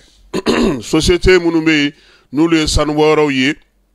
i n'a fɔ B2Gold ale ni Semosi olu kɔni sɔnna gouvernement ka laɲini ma wari mun tun bɛ yen u y'o sara a fɔra k'u ka baara kɛ cogo min u sɔnna o ma bariki maaw olu de kɔni ma sɔn sabula olu bolo sariya mun don a bɛna nana sɔrɔ sariya kɔrɔ bɛ olu ni Mali gouvernement ni ɲɔgɔn cɛ olu tɛ se ka jɛn n'o ye o hukumu de kɔnɔna na sa min ye jamana ɲɛmaaw ye u y'a fɔ bariki maaw ye u k'u bila u ka hakɛw kɔnɔna na yanni u kana na fɔngɔ ɲɔgɔn kɔ sɔrɔ a ko la o de la sa bariki ɲɛmaa ba minnu tun bɛ yan n'o ye maa 4 ye dɔgɔkun tɛmɛnen Mali gouvernement y'u minɛ k'u bila mandat la n'o ye mandat de dépôt ye ko sabula gouvernement ale ye laɲini min k'u fɛ u m'a bɔ a sira fɛ septembre kalo tile 30 tɛmɛnen bariki ɲɛmaaw u sera ka communiqué ba dɔ kɛ ten k'a yira k'a fɔ ko olu ni Mali gouvernement ko u bɛna bɛnkan sɔrɔ ko sabula ko min ye gouvernement bɛ ka laɲini minnu kɛ u fɛ ko olu ka sanubɔyɔrɔ bɛ yen n'o ye Lulo ni Gungoto ye n'o bɛ bariki kɔnɔna na ko olu bɛ ka baara kɛ cogoya min na sa k'a ka gɛlɛn yɛlɛma ka don o la gouvernement kɔni ye maa 4 ninnu to kaso la ye f'u wele seren sa ka délégation bila ka na ka wuli ka jɔ kɛ yaasa u ka ɲɛmaaba 4 ninnu olu bilali kuma bɛ se ka fɔ cogo min gouvernement fana ko u ma olu m'a bila da girinda la koyi olu ko de société tɔw sɔnna min ma a b'aw ka sanu feere ka musaka min bɔ ka taa kɔ kan a ye segin ka na n'o ye o de la sa bariki ɲɛma ale y'a yira k'a fɔ k'olu bɛ sanu sanni min kɛ ka taa feere kɔfɛ k'o kɛ kun ye jamana wɛrɛ minnu bɛ yen n'u bɛ sanu feere olu la u ka se ka olu musakaw sɔrɔ kɔnti kɔnɔna na kɔnti minnu n'u bɛ se ka baara kɛ n'o ye jamana kɔ kan ko o la sana o b'a to fana k'a fɔ maa minnu bɛ yen n'u bɛ sanni feere kɛ u fɛ minɛnw na minɛn minnu tɛ Mali kɔnɔ ni o tɛ n'o bɛ se ka kɛ ni jamana wɛrɛ wariw ye min tɛ CFA ye olu ka se ka o sɔrɔ k'u ka baara kɛ n'o ye Mali ka tɔnɔ min bɛ a la olu kuma o jateminɛ gouvernement ko k'u jija ko k'a lasegin fɔnkɔɲɔgɔnkɔ minnu tun bɛ u ni gouvernement ni ɲɔgɔn cɛ a bɛ tali kɛ nin ko in de la o de la sa gouvernement y'a ɲini fɛ société tɔw sɔnna min ma u ka sɔn o ma koyi wa ma min ye bariki ale kelen tɛ société tɔw fɛn fɛn bɛ yen n'o tun ye kati gɛlɛya kɛ sa a yira la k'a fɔ k'u bɛɛ lajɛlen kelen kelen kɔni ye miliyari caman de sara Mali gouvernement ye nin ko in senfɛ u ka maa 4 min ye gouvernement ye ale fana y'olu bila fiɲɛ na sabula min ye musaka ye a ka ca kosɛbɛ dɛ est-ce que société kelen kelen tɛ taa 200 miliyari la o y'o de sara gouvernement ye yaasa ka se ka nin ko in sigi sen kan wa gouvernement y'a ɲini fɛ sanu o sanu n'u b'a feere n'u b'a labɔ u ka feere ka musaka a ko ka ɲɛnabɔ an ka jamana kɔnɔ yan ka kɛ ni an ka taabolo kura ye yaasa jamana yɛrɛ kan ka hakɛ minnu sɔrɔ a ko la anw bɛ ka taa wari juru tata ɲini ja wari yɛrɛ b'an bolo yan yɛrɛ 30 miliyari yen fɛ dɛ 90 miliyari ninnu b'an ka wari ka yan bon sisan arafineri ko in arafineri dɔ bɛ yan arafineri Kanko Musa bɛ an ka jamana kɔnɔ yan u k'o lajɛ sisan maa si ka sanu kana bɔ n'i m'a ko k'a lajɛ jamana ka hakɛ bɛ sɔrɔ a la cogo min na an ka essence feerelaw ni fɛnw fana u fana jɔyɔrɔ ka sɔrɔ nin ko in na u fana ka se ka dɔ sɔrɔ dɔ ka fara baarakɛla hakɛ kan mɔgɔw ka se ka dɔ sɔrɔ a ko la donc nin ko in de tɛmɛna Mali gouvernement ale ni société minière ni ɲɔgɔn cɛ u ka maa 4 bilara u kelen o kelen fana ye CFA wari miliyari caman baden sara an ka jamana ye an bɛ taa Sibikaw fɛ npogotigi minnu tun bɛ kalan na ye bayɛlɛmali la ne a bɛ fɔ o ma ko CAS olu ta ko 6nan bɔra npogotigi 55 a bɛɛ lajɛlen ye a ka lakodɔnni sɛbɛn sɔrɔ min b'a to bɛna se ka baara kɛ don nataw la CNT ɲɛma min bɛ n'o bɛ musow ni du ni denmisɛnnin farikolo ɲɛnajɛ kunna maître Kadija Sangare ale ni CNT maa caman tun b'a kɛnɛ kan Sala Babi ale min ye Alimaw ka ni projet coordinateur national a tun bɛ yen a n'a ka maaw caman ka taa fara Général Ibrahim Kansayi kan n'ale bɛ DDR la ale n'a furumuso fana tun b'a kɛnɛ kan an ka taa yen sisan Amara an ka jɛ ka jaw lajɛ baaraw kɛra cogo min na attestation diyɔrɔ la npogotigi minnu bɛ kalan kɛ CAS kɔnɔna na n'u ka bɔko 6nan baara o de tun bɛ Sibikaw fɛ yen bayɛlɛmali min ye nin bɔko 6nan maaw ye u y'o kalan kɛ min ye degeli ye ka tila ka u bolo don baara la k'a ɲɛ yira u la u bɛ se k'a faamu cogo min danfara min bɛ nin ni tɔw cɛ o ye k'a fɔ u ye kalan min kɛ zen minan ɲɛnamaw tun bɛ u bolo Sibi mɛri n'o ye Dawuda Keyita ye ale y'a ka nisɔndiya yira bɛɛ lajɛlen ɲɛna diplôme diyɔrɔ la centre ni a dabɔra mun kama hakili la a bɛ ka taa o sira fɛ parce que depuis la première promotion fo sisan kalan ma jɔ cogo si la ni dɔ bɔra dɔw bɛ na ni dɔ bɔra dɔw bɛ na an b'a wɔɔrɔnan de la sisan alhamdulilayi et ce qui est important dans tout ça yɔrɔ ma bɔ yɔrɔ la du nord au sud de l'est à l'ouest kɔlɔni Tilebinba ni Kɛɲɛka bɛɛ lajɛlen ka kan ni centre in na an bɛ centre ɲɛmɔgɔw fo ni o ladonni ko ɲuman ye ka yɛrɛ denmisɛnninw na an bɛna bɔli mun kɛ bi u ye kalo 6 de kɛ yan u y'u faw t'u kɔ u y'u baw t'u kɔ u y'u teriw t'u kɔ ka na ni centre in na k'u bɛna kalan baara dege yan u ye kalan sɔrɔ u ye lamɔ sɔrɔ parce que lamɔ ye suguya camanba de ye a bɛɛ bɔra du dɔ kɔnɔ ka na yan mais u nana yan fɛnɛ u nana lamɔ ni hakili la u nana lamɔ suguya wɛrɛ fɛnɛ sɔrɔ yan donc ne bɛ mun ɲini u fɛ u k'i jija u ye dɔnniya mun sɔrɔ yan musaka de donna la kalo 6 i bɛ balo i bɛ fɛɛrɛ bɔ i bɛ siyɔrɔ ɲuman na u k'i jija o kana kɛ gansan ye n'u kɛra gansan ye jamana bɛɛ bi donc u k'i jija u nana fɛn mun dege yan n'u bɔra yan u ka taa waleya u ka sow la bɛɛ tɛ se ka kɛ birokɔnɔmɔgɔ ye baara in yɛrɛ dabɔkunba dɔ ye i bɛ kalan kɛ mais ala ma bɛɛ dan birokɔnɔbaaraya kama n'i ye fɛn sɔrɔ mun bɛ se k'i yɛrɛ munafan ni mun ye je pense que baara in objectif principal de y'o ye. Npogotigini 60 de ye nin kalan in daminɛ nga a bɛ kuncɛ tuma min 55 olu de sera ka baara in kɛ degeli sira fɛ faamuyali sira fɛ bagan mara suman bayɛlɛmali ka taa se yiriw yɛrɛ olu nafa dɔɔni ma min ye bɛɛ dan ale ka kuru kɛra 17 buruburu 83 ye o de la ale bilara bɛɛ lajɛlen ɲɛ a y'a ka nisɔndiya yira Keba Jalo ka micro la. A nisɔndiya de bɛ na parce que i fɛn caman faamuya fɛn caman kɛcogo dɔn cɛkɛ bɛ dilan cogo min na gari bɛ dilan cogo min na transformation bɛ kɛ cogo min na sɛnɛ bɛ kɛ cogo min na grâce à agroalimentaire n bɔra caman kalama kalan kɛ pratique fana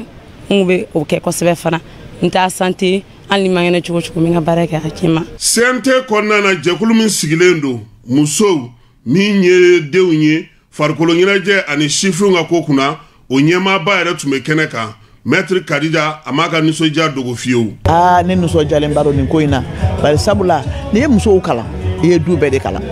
donc ninnu fɛn fɛn min filɛ nin ye u ye kalan min sɔrɔ a nafa bɛ taa denbaya bɛɛ de kan donc ne nisɔndiyalen ba de don ne bɛ Sala Babi fo kosɛbɛ ka aw bɛɛ fo nin ko in na nisɔndiyalen ba de don u ye courage min sɔrɔ ka to yan ka kalo 6 kalan kɛ n y'u féliciter n ye kangari fana d'aw ye k'u ye formation min sɔrɔ kalan min sɔrɔ n'u taara so u kana taa u da u ka attestation ninnu kan u ye hakilina minnu sɔrɔ yan u ka taa o labaara n y'o f'u ɲɛna o kɔfɛ n y'an dɛmɛbagaw fana fo Allemand ninnu ONG Allemagne n y'olu fana fo u ka waleɲuman dɔn u ye dɛmɛ min kɛ malidenw ma n y'olu fana fo o kɔfɛ n ye centre yɛrɛ mɔgɔw fo ɲɛmɔgɔw fo directeur ni coordinateur ni maîtres n y'olu fana fo donc n y'a fɔ denmisɛnninw ye ala ka segin n'u ɲuman ye halisa u k'u jija. Npogotigi minnu kalannen filɛ nin ye sibikaw fɛ yen u yɛrɛ y'u ka nisɔndiya yira nka ɲininiw fɛ fana k'u cɛsiri yaasa u ye kalan min kɛ a bɛ se ka nafa ɲɛ u ye cogo min na.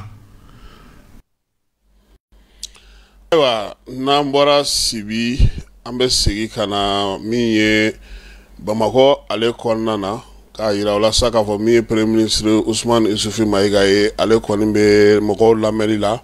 bɛn sɛbɛn min ni a kan ka sigi sen kan ni cɛlatigɛ jɛkulu ye ɲɔgɔn sɔrɔ ka se ka ɲɛfɔli kɛ hakilila yɛlɛma au conseil de collectivité conseil économique social environnemental CNT prémature ni a tɔw bɛɛ lajɛlen a ye ninnu bɛɛ lajɛlen lamɛn kelen-kelen yaasa cogoya min na ka se ka baara kɛ baara in y'a to sa min ye yɛlɛmaba minnu bɛ yen n'olu kan ka don a la ni sɛbɛn kan ka sigi sen kan cogo min na k'olu dɔn majɛ minnu tun bɛ a la k'olu sigi sen kan ni ala sɔnna a ma ale bɛna n'a ka rapport di jamanakuntigi ma o fana bɛ sɔrɔ k'a di wasabulon maaw ma sɛbɛn in ale bɛ se ka kɛ cogo min na.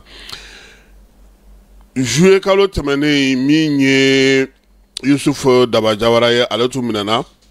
sabula a kun taara a yɛrɛ sɔrɔ kɛnɛ ka kɛnɛ minnu na n'o tun yira la k'a fɔ ko baara man ka kɛ parti politique kun dulonnen don wulikajɔ dɔ kɛra ale yera o kɛnɛ kan u y'a minɛ kalo 2 sa a yira k'a fɔ ko a bɛ nɔ minɛ o la nka yafa kɛlen n'a ma a bɛ se ka taa a ka so ale kɔni bilara sabula a yira k'a fɔ ko min ye a ka avocat ye olu y'a yira ko nin kɔni jaru ye kosɛbɛ min ye maa kofɔlen ye a yɛrɛ tɛ maa dogolen sabula semasi n'o o ye Imam Mamu Diko ka tɔn ye o coordinateur don sigida 5nan fana a jɔyɔrɔ ka bon kosɛbɛ semasi ale kɔnɔna na min ye nin bilali min filɛ nin sa o kɔni jara maa caman ye sabula Yusuf Daba Jawara in a yɛrɛ k'a fɔ sa ko a yɛrɛ kɔni kun ka minɛli hukumu kɔnɔna na waati min na a kun minɛna maa caman kun sigilen don k'a kɔnɔ k'a fɔ ko maa min don ko a nɔ man ka minɛ nin ko ninnu na sabula a bɔra ka hakilina de yira nka n'o y'a sɔrɔ fanga kɛlen don ka ko bɛɛ lajɛlen bila sira min kan n'a y'o sɔsɔ jagoya don k'a kun kan ka minɛ ka ɲininka a dalakan na sabula wulikajɔ ninnu kɛra tuma min na o y'a sɔrɔ parti politique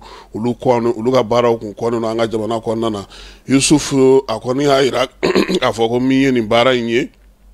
kɛcogo kɔni a lafasabaw y'a yira k'a fɔ ko nin baara min kɛra cogo min na k'o kɔni fisayara kosɛbɛ ale kɔni b'a to sa parti politique ɲɛmaa minnu tun bɛ bolola nin waati in na ni 12 kun don a tɔ tora 11 in fana olu tɔw bɛɛ lajɛlen kɔni ka kiiri fana bolodalen don don nataw kɔnɔna na ni ala sɔnna a ma maa minnu don sa u dɔnnen don kosɛbɛ an ka parti politique bankun kan sabula tɔn minnu bɛ u bolo olu ye tɔn belebelebaw ye an ka jamana kɔnɔna na a yira k'a fɔ sa ko nin waleya min kɔni kɛra sa u bɛna caman falen procureur Adama Kulubali ale tun bɛ projet jeune a taara ye sifin olu ka tɔn min bɛ sogonikɔ kɔnɔna na sa n'o ye commune 6 ta ye o de ye barosigi kɛ ani jolidi kɛ kɛnɛ ka a y'a yira k'a fɔ ko bɔlɔlɔsira baara ko maa k'u hakili t'u yɛrɛ la sabula a bɛ se ka wolo ko la komi ni maa si sigilen tɛ ni min ye kuma tɛ ja minnu bɛ bila a kan jatigiw ko olu kɔni ye chinois ale ni américains ye ko ja in maralen bɛ k'u bolo waati la ni min ka d'u ye don nataw la u bɛ se k'o kɛ ni a ye yaasa sa ka se ka Adama ale ka faamuyali dɔw kɛ ko ninnu na a ka kibaruyaw minnu dira a ye kibaruya minnu d'a kan ka se ka faamuyali k'a la an ye kunkurunin dɔ sɔrɔ an ka jɛ ka o lajɛ. Nin fɛn in nafa ye mun ye c'est que système dɔ cayara an b'a sisan mɔgɔw b'a fɔ ko vidéoman il n'est pas une profession c'est important ici que je le dise. Les médias sociaux tels qu'on les voit sur toutes les web TV là, à quel pays pour mimi charia parce que charia qui en réalité ni les médias privés nous encadrés. Les lois de 2000 ça c'est seulement pour la presse classique, les journaux, la presse audiovisuelle, mais tout ce que vous voyez web Karsa, TV Karsa, je sais pas, Achiti et mimi charia en réalité et ils n'ont pas forcément la qualité de journaliste. Bon. Donc il va sur déjà le traitement de l'information, d'abord la recherche de l'information, le traitement de l'information, la façon de diffuser l'information, l'éthique, la déontologie dans la profession de journalisme. Et avec un chien chamaï en barabi. Il va sur misali doyemouye pour sigida do mo diminuer pour kodokera. Ko in kɛra peut-être ni sigida mɔgɔ wɛrɛ ni ɲɔgɔn cɛ ou ni jamana fanga yɛrɛ ni ɲɔgɔn cɛ sariya de bɛ o kiiri tigɛli kama e bɛ t'i ka télé ni ka radio ni ta ka na jɔ olu b'u da sagona kuma fɔ o kuma fɔtɔ u bɛ don dɔ gasi la ou bien kuma in yɛrɛ fɔtɔ fɛn bɛ fɔ ka mankutu tiɲɛ se fanga ma ou bien k'a se mɔgɔ min n'u bɛ ɲɔgɔn na parce que e olu ka kuma de lamɛn o ye kuma fankeleman de ye fankelen dɔ ye m'o lamɛn donc a fɛn ninnu bɛ na ni fitinɛ ye jamana kɔnɔ o wagati kelen de fɛnɛ kɔnɔna la i b'a ye vidéoman u yɛrɛ ɲumanna caman b'a fɔ k'u bɛ ka fanga dɛmɛ ne t'a dɔn jɔn ko mɔgɔ fanga dɛmɛ ye diyagoya de ye maliyɛn bɛɛ bolo mais o fana t'a to ko dɔ bɛ kɛ sariya sanfɛ sariya dama ka kan maliyɛn bɛɛ de la ne bɛ fanga dɛmɛ kɔrɔ tɛ ne bɛ sariya sɔsɔ pour que ka fanga dɛmɛ n'i b'a dɛmɛ a dɛmɛ tiɲɛ kan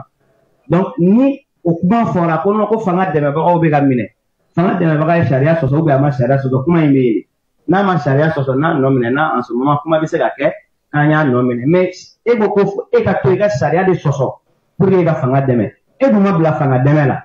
i bɛ k'a kɛ k'i ye fasoden de ye nin min fana bɛ k'e nɔ minɛ o ka faso dɛmɛ cogoya de ye parce que n'a tora ko bɛɛ ka sago kɛ an laban bɛ kɛ bajanbila ye a tɛ se ka bɛn donc c'est important que les gens comprennent que la cybercriminalité je me récapitule bamanankan fɔ kun tun ye pour que caman bɛ se ka faamu sɔrɔ a la a tɛna fɔ ko bamanankan filila yɛrɛ ma mais souvent on est plus à l'aise quand il s'agit de parler français donc j'expliquais que la cybercriminalité en réalité c'est l'ensemble des infractions commises an bɛna kɔkan kibaruya telimanw na an b'a yira la sa k'a fɔ ko tinisikaw fɛ min ye u ka jamanakuntigi n'o ye Kayi Seyidu ye a y'a yira la k'a fɔ ko ale kɔni gagné kalata la kalata min n'o tun b'u fɛ kunungo ko 100 sara la sa ale kɔni ta kɛra 89 ye a ye o de sɔrɔ ka kɛ ni kalata min kɛra u fɛ min ye n'an bɔra yen sa Senegal jamanakuntigi kɔrɔ n'o ye Macky Sall ye a ko yira la k'a fɔ ko ale kan ka kɛ min ye Pacte de Paris yaasa ka se ka wulikajɔ kɛ diɲɛ bɛ se ka suma cogo min na sa a kɔni y'a yira k'a fɔ ko ale sen tɛna na y'o la tuguni k'a jɛra o jɔyɔrɔ in kɔ pewu o jɔyɔrɔ min n'o ye envoyé spécial ye sa ko a jɛra o kɔ wasa den kalata min kan ka kɛ kalo tile 17 k'a bɛna o ɲini Keba nin yɔrɔ in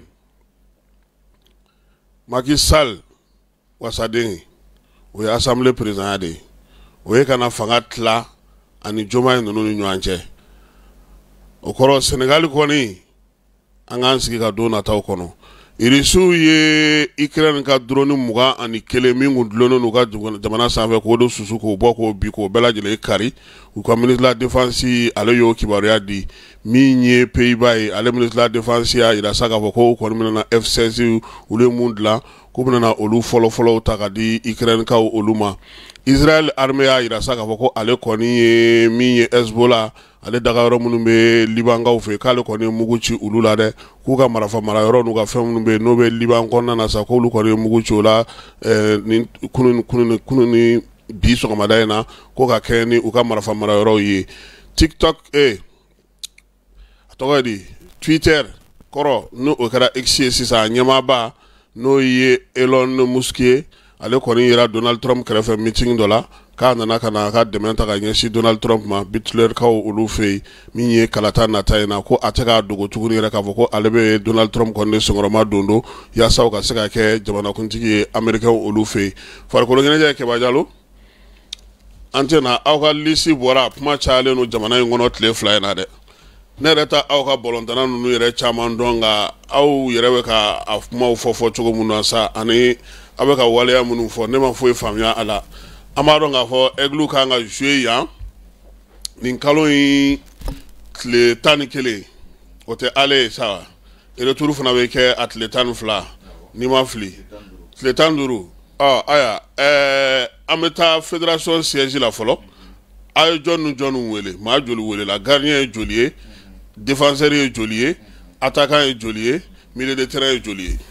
ni yankuma ka bɛɛ lajɛlen fo kunu an ka degeli karamɔgɔ n'o ye Tom ye k'a ye wele bila gardien o ye maa 3 ye gardien o ye maa 3 o ye Jigi Jara o ye fɔlɔ ye filanan o ye Yusuf Koyita ale ye joliba se joueur ye ni Ngolo Traoré o fana ye Stade Malien joueur olu bɛ ka bɔlɔntan ale b'olu wele mun na bon comme u bɔra compétition na i b'a sɔrɔ a ye jigi da o kan sinon min bɛ ka jouer kɔ kan o mɔgɔ kelen pe o Jigi Jara ye Jigi ka ye Jigi défenseur la sa o ye maa 6 ye Salim Diakité Fodé Dougouré Abdoulaye Diaby Mamadou Fofana Ibrahim Cissé Ousmane Diallo olu ye défenseur ye olu ye maa 6 ye milieu de terrain na sa Alou Dieng o bɛ yen Mohamed Kamara bɛ yen Ibrahim Sissoko Lassine Koulibaly Yves Bissouma Mamadou Aïdara Mamadou Sangare o ye milieu de terrain o ye maa 7 attaquant na sa bidonbagaw la o ye maa 8 ye maa 8 na Malouda Adama Traoré Malouda Moussa Djenebo fana welela Moussa Djenebo bɛ yen Amadi Kamara o bɛ yen Lassine Sinayogo nin y'a siɲɛ fɔlɔ ye Tom ga ale wele o kɔfɛ tuguni an b'a ye k'a fɔ Mamadou Doumbia ale bɛ yen El Bilal Touré Segou Koyita Nene Dorseler olu de ye attaquant ye o ye attaquant ye o tɛ maa 24 jate ni ma fili gardien 3 min ye milieu de terrain défenseur 7 milieu de terrain 7 ale ni attaquant 8 Keba mun ye kuma caya ɲɛ b'a la bɔlɔlɔ ka mɔgɔw bɛ k'a fɔ ko Amari tɛ yen bon o ta bɛ se ka kɛ bana ye n b'o faamu Kamori an yɛrɛ terikɛ n'o ye Fala ye bɔrɔtɔkala Fala ye o t'a la ani cɛnin tɔgɔ ye di Siku Jaje Sama Siku o fana tɛ yen ani Siku Ɲagate olu si tɛ yen o tuma mun de bɛ yen entraîneur ko cogo di ɲininkali kɛra entraîneur la ko u y'a ye k'a fɔ ko Kamori ma wele kun min na ko nin y'a a bɔra blessure la ko nin sisan tɛ k'a ma se ka 90 minutes jouer ko de y'a to k'a m'o wele mais ne y'o jateminɛ depuis Kamori bi yan a ka match ni bi tɛ Mali fɛ a ma deli ka 90 minutes tan a ka club la fɔlɔ toujours a bɛ don a bɛ bɔ a bɛ don a bɛ bɔ mais blessure kɔfɛ a ye dalilu min sɔrɔ k'a fɔ ko de o ye ko Kamori ni fɛn fɛnɛ o ye Kamori ni fɛn temps de jouer Kamori o ni Masajo o fana ni Kiki k'olu blesselen don bon olu blessera semaine tɛmɛnen Sadio Jaje Samasegu ale fana ni Amari olu de banalen don mais a ye min yira fana k'a fɔ Lassine Sinayogo nin y'o siɲɛ fɔlɔ ye ko an ka attaquant dɔ bɛ yen n'o ye an yɛrɛ ka attaquant ba ye ale bɛ Musa Sila ale n'i y'a ka match ta match 10 i b'a sɔrɔ a ye 80 don k'a m'o wele k'a m'o wele mais o y'a yira k'a fɔ ko ale mako bɛ attaquant na minnu gabari bɛ minnu na i n'a fɔ Albilal ninnu ni fɛnw mais Musa fana y'a jaabi a ka tweet kan ko taille tɛ ballon tan ko sinon ko joueur y'a jaabi a y'a jaabi a ka Twitter kan ko taille tɛ ballon tan ko mais objectif ye kelen de ye o ye Mali bɛ se ka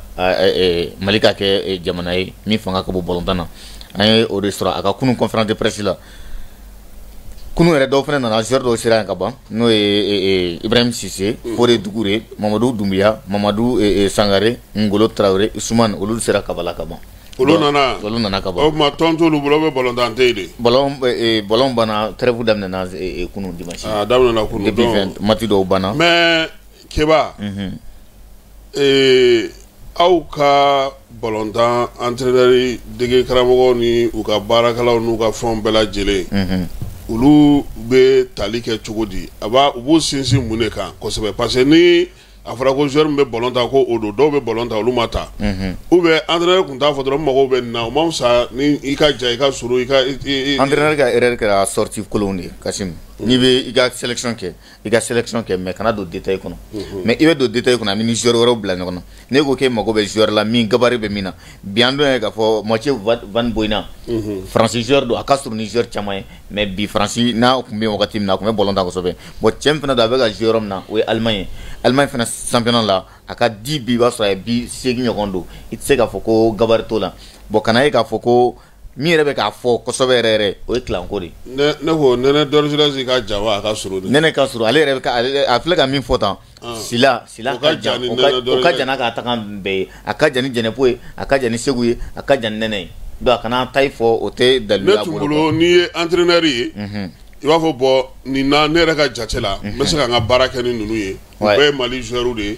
dɔw yɛrɛ mago bɛ s'u ma mais n'i ko ko nin ka surun nin ka jan nin bɛ tan nin cɛ ka jugu nin cɛ ka ɲi ou bien a fɔ dɔrɔn nin match yɛrɛ la nin joueur in ye nin préparer nin joueur de kama parce que ni équipe min bɛ ka jouer olu ka avantage ye nin ye o de la n ye ninnu ta. Bon sisan Keba est ce que e min bɛ nin ko ninnu na ye parce que aw ni fédération mɔgɔ ninnu aw bɛɛ ye mɔgɔ fasuguya kelenw ye ani joueur ni fɛn ninnu aw bɛɛ ye fasuguya kelen an kɔni bɛ k'aw suit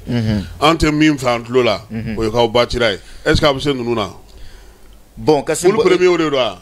U fana b'u sen kan parce que an n'u ka match in na a ma nɔgɔn équipe den tɛ yen bilen surtout ale b'an fɛ yan retour b'olu ka terrain kan donc a ma nɔgɔn an dun n'u ka ballon tan fana si ma nɔgɔn Guinée Bissau u bɛ se ballon tan na. U ta bɛ taa u fɛ yen wa u fana bɛ taa ta jamana wɛrɛ la de. Bon u ta kan ka taa u fɛ yen u ta kan ka taa u fɛ yen. Guinée Bissau kelen de don wa.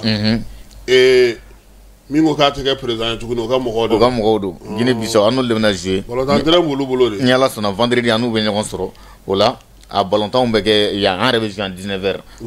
Vendredi nata 19h. Mali bɛ jouer à 19h ni Ala sɔnna ma. Ayiwa. O la 26 mars kɔnɔ. N t'a dɔn 18h waati. O b'a sɔrɔ joueurs cayara dɛ. O b'a sɔrɔ joueurs cayara kunnafoni dɔw bɛ sɔrɔ o la ni Ala sɔnna. Ayiwa. An bɛ fɔ sa n ko Ala k'an gagne. Nin bɛ dan sigi an ka sɔgɔmada in na kibaruya la kibaruya minnu dira ma ne ani Keba Jalo ni Amara Nuhu Keyita fɛ n b'a fɔ sa n ko k'an bɛn nɛgɛ kanɲɛ 18 Ala k'an ka jamana kisi Ala k'a tanga sini kɛnɛ laban ko ɲuman Ala k'a d'an bɛɛ lajɛlen ma a k'an bɛn nɛgɛ kanɲɛ 18.